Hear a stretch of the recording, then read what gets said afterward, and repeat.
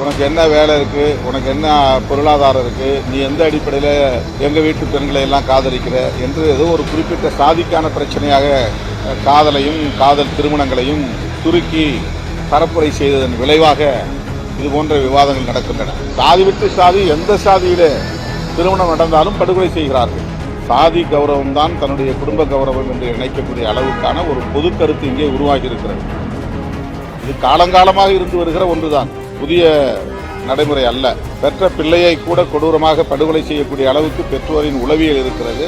இதை ஒரு தேசிய அவமானமாக கருத வேண்டும். சாதி விட்டு சாதி திருமணம் செய்வதற்காக தாம் பெற்ற பிள்ளையே கொடூரமாக கொலை செய்யக்கூடிய அளவுக்கு பெற்றோரின் உளவியல் இருக்கிறது என்றால் எந்த அளவுக்கு இங்கே சாதி எல்லோரையும் மனநோயாளிகளாக ஆக்கி வைத்திருக்கிறது என்பதை உணர முடிகிறது. இப்படிப்பட்ட ஒரு சூழலிலே இதற்கு சட்டம் இயற்றுவதற்கு என்ன தயக்கம்? ஆணவ கொலைகள் தடுப்பு சட்டம் என்பது வெறும் தலித்துகள் பிரச்சனை அல்ல. சாதி விட்டு சாதி, எந்த சாதியிலே திருமணம் நடந்தாலும் படுகொலை செய்கிறார்கள். எஸ்சி பிசி என்கிற அடிப்படையில் நிகழக்கூடியது அல்ல இது.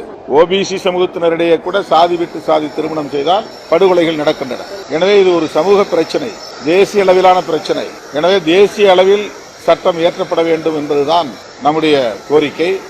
இந்த பிரச்சனையை பொறுத்தவரையில் உடனடியாக அந்த குற்றவாளி சரணடைந்து விட்டான். இப்போது நாம் கொடுத்த அழுத்தத்திற்கு பிறகு அவருடைய தந்தை கைதாகியிருக்கிறார். எஃப்ஐஆரிலே அவருடைய தாயாரும் இடம்பெற்றிருக்கிற நிலையில் அவரை கைது செய்வதிலே என்ன தயக்கம் என்று நான் தமிழ்நாடு காவல்துறைக்கும் தமிழ்நாடு அரசுக்கும் கேள்வி எழுப்ப கடமைப்பட்டிருக்கிறேன். தமிழ்நாடு அரசு எஃப்ஐஆரில் உள்ள குற்றவாளிகள், குற்றம் சாட்டப்பட்டவர்கள் கைது செய்யப்பட்டு விசாரிக்கப்படும் போதுதான் புலனாய்வு முழுமை பெறும். குற்றங்களை அல்லது ஆதாரங்களை கலைக்கிற முயற்சி இருக்காது.